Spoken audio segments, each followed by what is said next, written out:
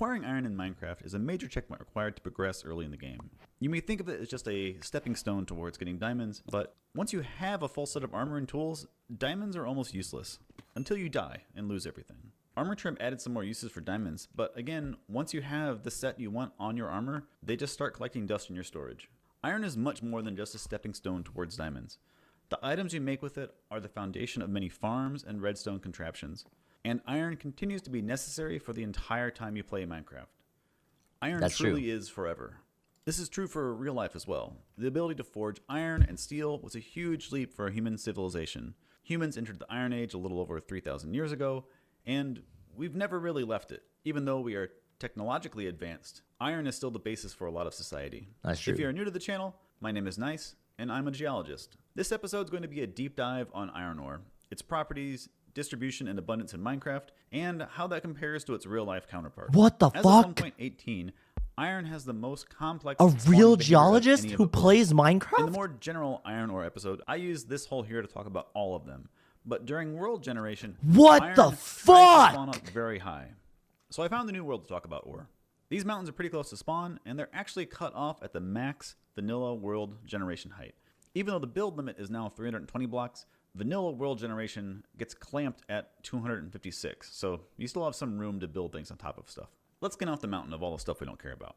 So besides just being a great seed, this world is a little bit special also. One of the things I did in the old world was turn off structures, so you didn't have mine shafts What the and fuck? ancient cities taking up space that ore could spawn in. Besides turning vanilla structures off, I also edited the world to remove caves. These animations lava are lakes, insane! geodes, anything else that would take up ore spawning space. I disabled the large iron veins because I'll talk about them separately, and I left all the other types of rocks because regular ore can replace them. And this new site is 4 times the size of the old excavation site. Let's bring our mountain down so we can get a little bit better look at it. Did bro just shrink the fucking... What the fuck? And we'll also add a scale bar to the back so we can kind of have that for reference. We can also remove everything but the iron ore. You can see what looks like 2 distinct sections of ore, but there are actually 3 groups. The first set tries to spawn large blobs of iron between Y80 and 384. Even though the vanilla generation can't get up that high, I think it has to do with the fact that there is a peak of iron at Y232, and it tapers down on either side of that. If somebody that knows more about world gen can confirm that, let me know. A second set of large iron blobs try to spawn between -24 and 56, with it being most abundant at Y16. And the last set are these tiny little blobs that try to spawn from the bottom of the world up to Y72. It's interesting that there's a gap between 72 and 80 where no iron spawns. It's just 8 blocks. That's Why not because have there's iron dirt. 2? It's dirt. We can put all these together. That's and that's look where at the that's total the level time where you walk and Since shit. this hole is 4 times the old one, and I removed all of the underground features, this histogram of the ore should Oh more my closely match God. the ideal values. Mojang released this image back when 1.18 came out, and you can see the 3 areas of iron on it. Our upper section doesn't peak at 232 because as the mountains get taller, there are much fewer places for ore Holy to spawn. shit. If you correct our graph for the amount of error, it looks more like what Mojang published with the peak at 232. If you dug out our hole here with Fortune 3, you would get 14,000 blocks of iron, or a cube that's about 24 blocks on a side.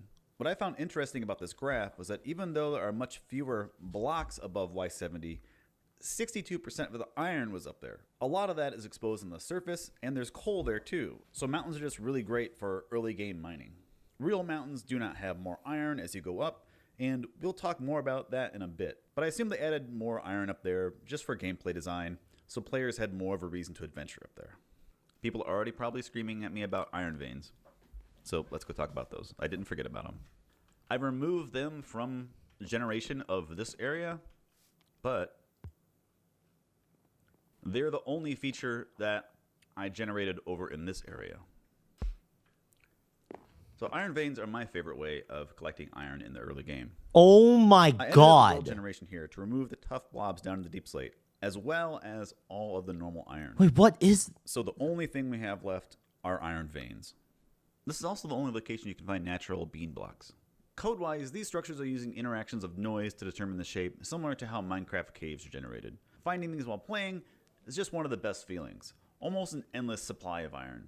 They come in a few sizes, and this one is considered medium. They only form below Y0, and they are mostly tough, which is my first critique of these structures. In real life, tuff is an igneous rock, and specifically a deposit of volcanic ash. It can be produced by almost any type of volcano. Below ground, magma is under a lot of pressure, and it has a lot of gases dissolved in it. When they rise up to the surface, that pressure lessens, and those gases can start to come out of solution, and this causes bubbles and explosions. This can send a lot of particles up in the air, and this is what we call ash. It's not really burnt material.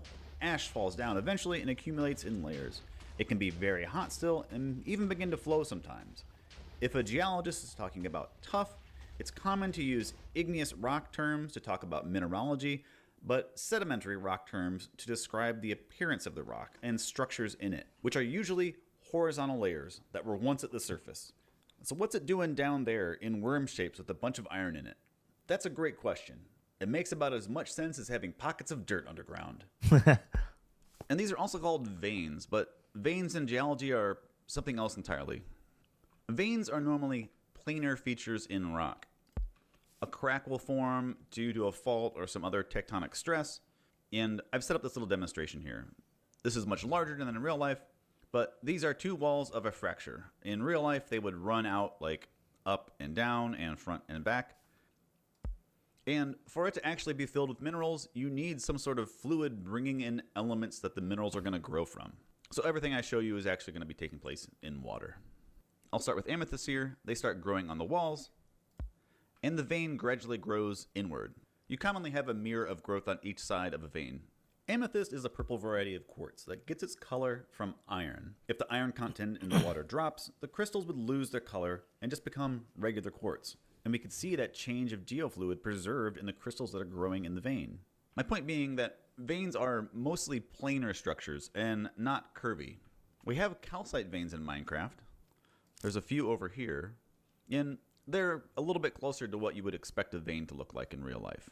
Just not that large, in most cases. Chat, this is Whoa, fascinating. Fox Mountain. I can't believe it. Chat, I once had an epiphany. Over there too. I didn't know what a forest looked like Lots of in real life. All right, let's bring our vein. Because like every time I and imagined the get a word better forest, look at I it. just thought of like If it was a vein, the action making it up would of be a sprint mineral, jumping not a underneath a rock. tree in Common minerals Minecraft. that form And I'm veins like, in wait a real second, life forests are don't actually look calcite like this, and do they? quartz, which Or we like have in there are the game leaves already, rustling but against my I head. don't think they would look good in the structure. I ended up trying. So I was to actually get like the freaking out and splashes too much Googling with what everything else forests going on look down like. there. Fluorite is another common vein-forming mineral, and it can come in a wide range of colors. Green and purple are common varieties that might actually look good down there. If we consider these structures not How old were you? veins, I don't then know. there's already Started a playing better Minecraft option at in the like game. 13, so like maybe Basalt. like 14, 15. Specifically the smooth variety. The shape of these veins I was remind obsessed, me dude. of magma conduits. Magma from deep underground is working its way up and takes the path of least resistance. It could even be that it filled old caves when it found a cavity. The other vein variety uses granite and copper, which I'll talk about in their episode, but basalt is a mafic rock, meaning it has more iron than other volcanic rocks. And if you wanted to add new rocks into the game, I would add an ultramafic rock like dunite or Harzbergite and use that. Just anything except tough. Our vein here had 2,184 ore and 47 raw iron blocks. If mined with Fortune 3, you would get about 5,228 ingots or 580 blocks of iron. So as I did with the original ore video, I want to compare the ore found in these deposits to what Earth actually produced last year. So let's go to a bigger dimension. Earth's production in 2023 was 1.5 billion metric tons, which would convert to a cube 588 meters on a side. I did this in the general ore episode too, but Wait, how some does new the tech Earth came out generate since iron? then I that thought allows what's me to here on actually Earth is display it just all. here. So let me load up this area. Truly, an epic amount of material. To think that we mine and use this much iron nearly every single year. And this isn't even the amount of ore that we mine, this is just the finished product. The total ore that we mined was 2.6 billion tons, or about 160% larger than this. From up here, the tallest mountains in Minecraft are just tiny little things. And I also edited the world gen in this dimension so they don't cap at 256. This peak here is the tallest peak, and it caps at 295 blocks. I was curious where we actually use this much iron each year, so let's head down and take a look. I'm getting my numbers from the World Steel Association's 2023 publication. And so 2% go to domestic appliances like dishwashers, washing machines, stoves, things like that. 3% goes into electrical equipment. 5% goes into transportation that's not cars. Biggest is the military, isn't it? And 10% falls into metal products, forks, cans, tools, other hardware, things like that. 12% goes into automotive, so cars, trucks, things like that.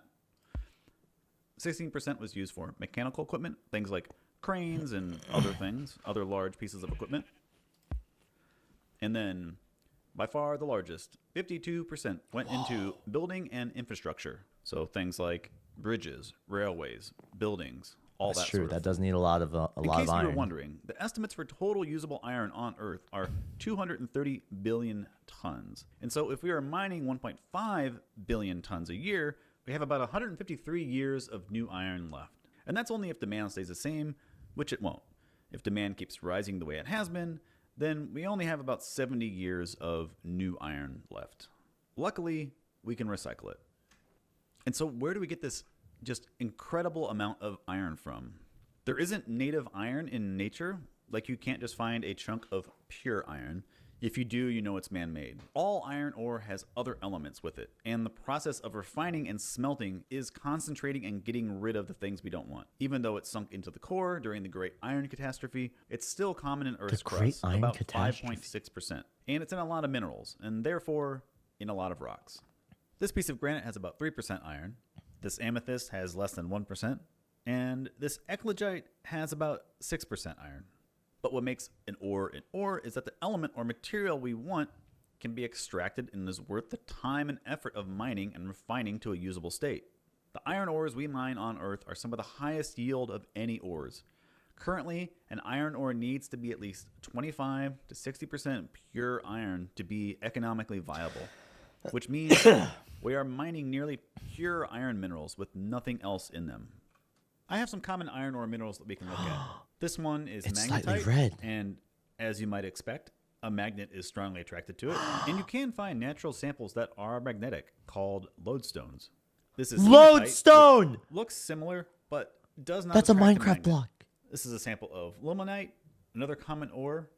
I don't have a sample of siderite ore, but I do Sliderite! have stone concretion. It's Oh, being so held together slider by spotted! siderite, and this one is from It looks like a slider too! They're famous for having fossils inside them. This one has part of a plant, and here's another one that has a fern preserved in it. Hematite. Fern, comes in a I love few that channel. varieties. This is a sample of specular hematite, and it's from the Republic Mine in Upper Peninsula, Michigan, which I visited last summer. It was an open pit mine, and the ore body was tabular and nearly 1 kilometer thick.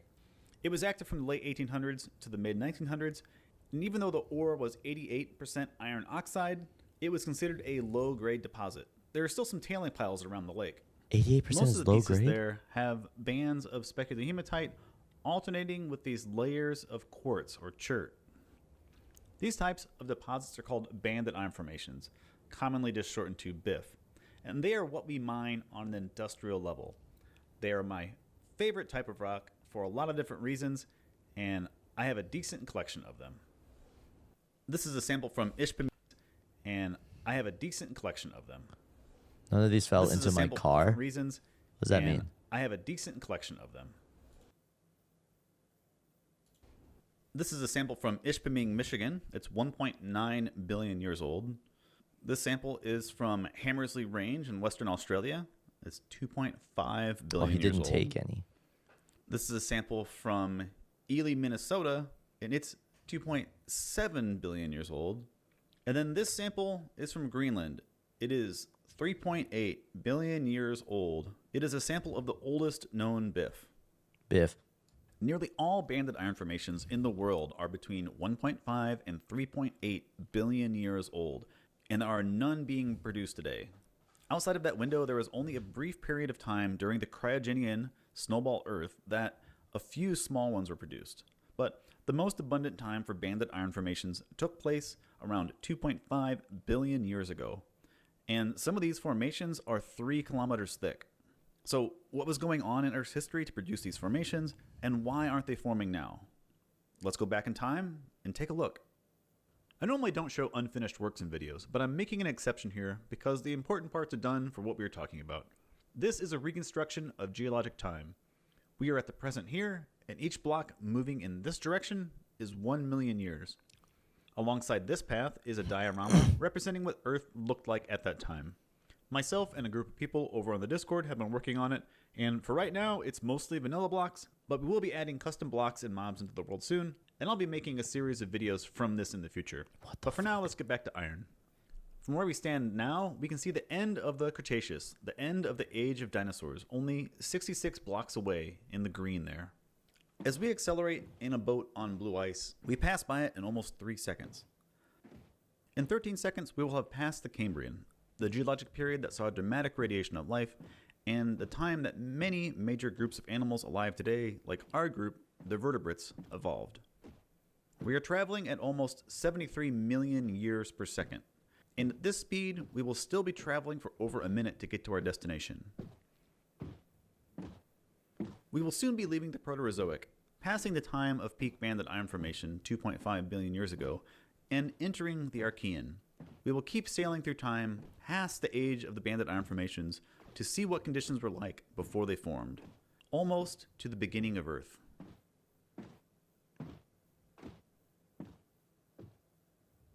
Welcome to the Hadean Eon, the first of Earth's 4 major divisions of time.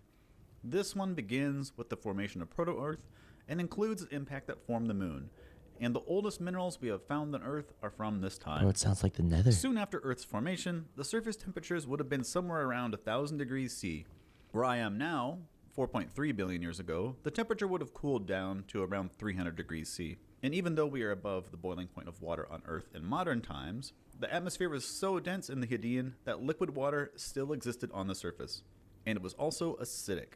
This hot water was able to dissolve a lot of elements into it, and this happened for millions of years. Plate tectonics had not started, and so there is no dry land, or at least no continents. I'll talk more about that in another episode, but since the Earth was basically smooth, the ocean covered the entire surface.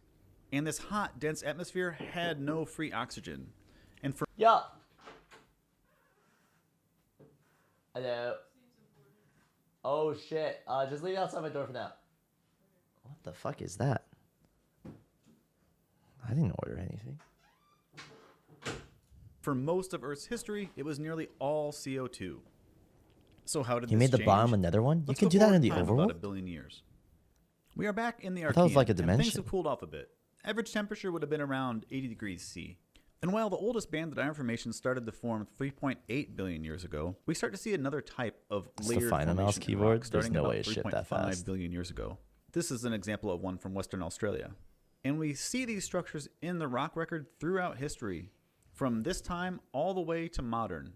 These are Proterozoic in age from the Kona Formation in Upper Peninsula, Michigan. Here is one from the Eocene, Green River Formation in Utah. You can see the layers as well as like this mounded shape. And there are modern ones still being produced in a few places on Earth. These are from Shark Bay in Western Australia. They are relatively rare today, but when banded iron formations were forming, they were widespread and abundant. These structures are called stromatolites, and they are actually created by bacteria, and they are one of the earliest records of life on the planet. Let's look at an example. This clay is representing a bed of sediment, and I'm going to use these tiny seagrass models to represent some cyanobacteria and sulfur-reducing bacteria. So they don't get moved around by the water, they secrete a sticky substance. But the water also has a bunch of other sediment in it, and that gets stuck to them also. They are photosynthetic, so they try to grow up to access the light, and the mound gets a little bit taller. This keeps happening, and you accumulate these layers of sediment getting stuck together. These layers are recording some change in the environment. Maybe it's season or some other event that is changing the productivity and or the sediment in the water. Since they are photosynthetic, the ones that are higher up would get a little bit more light and do a little bit better. I'm just using a normal distribution curve here for this slice, but this was happening all over the shallow oceans. If you were to do something like this in 3D, you would end up with all of these hills and valleys that look something like this. The top side of the earlier sample kind of shows this pattern. There are many shapes these stromatolites can take, and the ones I have over here in the diorama are modeled after the nearshore ones. Chat, I'm like freaking out because this is not some like regular textbook type shit. This is building intuition. He's not just giving you the information, he's showing you why. Chat, I love this. This is like the best channel in the universe. I'm subscribing to the channel and liking the video and leaving a comment for the algorithm. This is incredible. In Shark Bay, Australia. This paper from 2012 talks about the different shapes and the factors that control them. And now here's the cool part. These bacteria were releasing oxygen as a byproduct, which actually would have been a poison to most of the life on Earth at the time. And that hot acidic water had a lot of iron dissolved in it. And when an oxygen atom meets an iron atom, they bond to form iron oxide, basically rusting. And this new molecule can't stay dissolved in water, so it drops out of solution and sinks to the ocean floor. And like I said, these stromatolites were everywhere. They kept putting out oxygen, and the dissolved ions in the water kept reacting. This is what banded iron formations are. A record of the oceans rusting for nearly 2 billion years. Almost half of Earth's entire history. So banded iron formations stopped being produced because the oceans ran out of dissolved iron. Or at least on this sort of scale. This allowed oxygen levels to build up in the oceans and then to start degassing into the atmosphere, where it then started oxidizing everything on land for the next billion years. Only after all of that did O2 levels in the atmosphere start to really increase to the levels that could support animal life. In some locations, you can find stromatolites preserved in banded iron formations. This one here is probably my favorite example from my favorite type of rock. I hope you enjoyed our trek to the past. Let's go back to the ore world. I thought the video was ending. Oh, fuck me. My ideas for what I would change. I was like, no. Minecraft iron ore. We already talked about veins a bit, so what about where the rest of the iron ore forms? Banded iron formations can be these huge structures, and I definitely don't think they need to be added into the game, unless it was only found in like a rare biome. Maybe something like a calcite vein, but in an old taiga forest or something. I would really love it if there was more variation of rock type by biome and depths, and not just stone everywhere with blobs in it, and then a horizontal line separating stone from deep slate. In real life, there are some small deposits of iron, similar to the ones we find in Minecraft. These are some pieces that I found when I was working in Australia last year. I would often find these little pieces of hematite in streams that had weathered out of the local rocks. I also found this really cool vein that was only a few inches thick, and it really reminded me of Minecraft iron ore. So personally and geologically, I think the blobs are okay. There are trade-offs between realism and gameplay. Oh my god, is that why when you're mining, the mines extend out horizontally?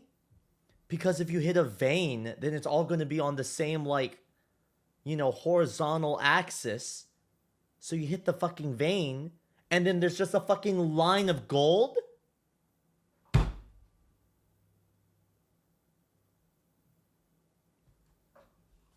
And it's hard to find that balance, especially when different players would like different things.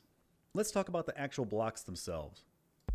Iron ore has gone through some changes since it was added to the game. These are the original textures for the ore and the iron block. The block of iron quickly changed to what we have now, and the ore had minor adjustments until 1.17. Raw iron and deep slate varieties were added, and they also made each ore have a unique texture instead of just being colored differently. The iron ore went through a few revisions until we ended up with what we have now, and I like the version on the right, but for some reason, it doesn't feel right for Minecraft. Maybe it's because the iron vein is slightly diagonal? I'm not sure. The beam block adjustments were basically just adjusting how big the pieces were. As of 1.21, these are the textures. I'm not really sure what the specific type of iron ore we are supposed to be mining is. It's this desaturated light orange. Maybe some could call it a desaturated rusty color. And it's an iconic color for what people expect in the game. But many of the ores we mine in real life can have more of a reddish orange color.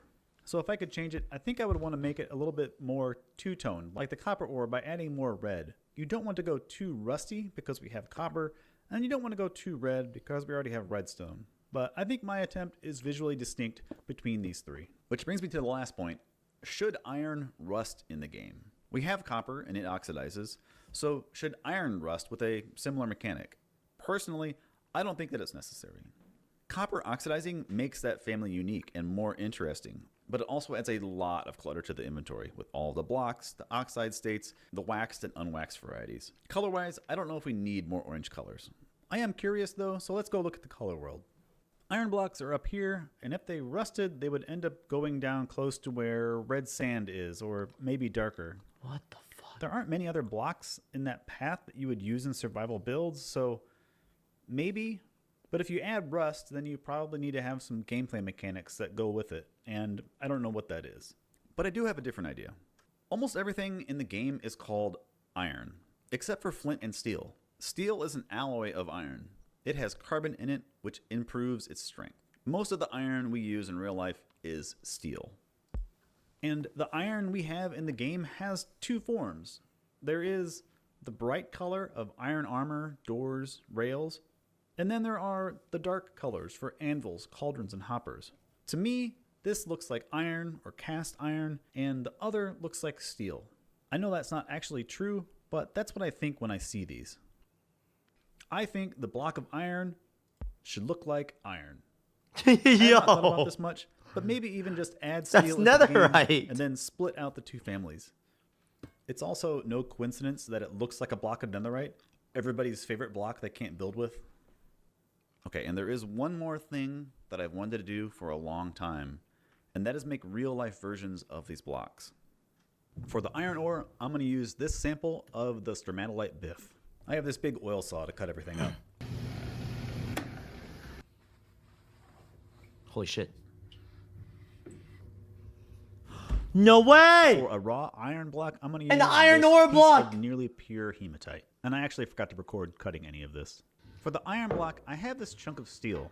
And I could just take it to a machine shop and ask them to make a smaller cube for me, but that feels like cheating. So I'll just try to do it with what I have in my garage.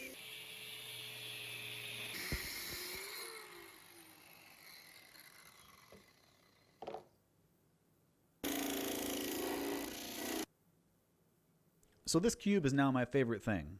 It's a record of early life, the creation of Earth's iron ore, the great oxygenation event. It's beautiful and incredibly satisfying to hold. The raw iron block broke while I was cutting it. No! But I still think it's great.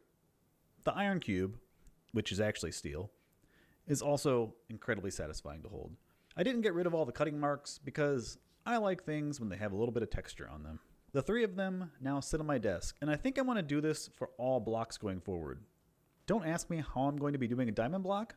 That's a future nice problem. And with that, that's the end of the episode.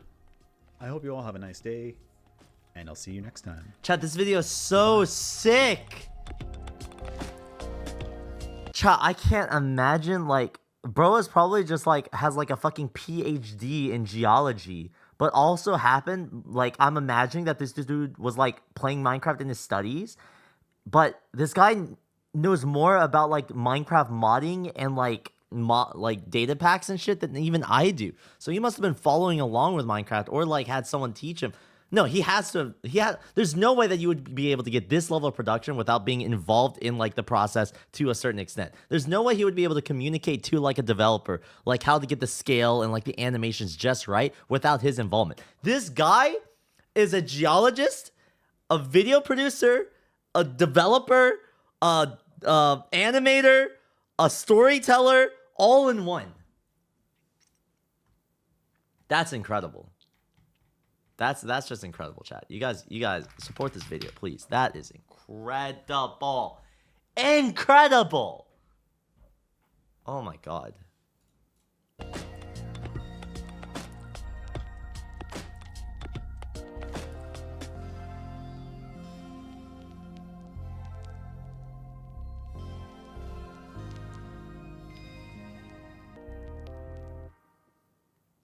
Even though there are much less blocks above Y70, 60% of this iron... Oh, hi, B. You just coming through? No Are you way! going to see yourself out? Oh, up you go. What? Bloopers in YouTube in 2025? I thought that died because of retention editing. Bloopers? I loved bloopers. You would think this level of production means a slow ass release schedule, but he actually uploads quite frequently. That means that he is a one-man machine. Okay, not exactly, but like, what slows down the process is when there's multiple cooks in the kitchen. You know what I'm saying? If the team is very tight with multiple people having multiple skills, then you can be lean and move faster. That's crazy.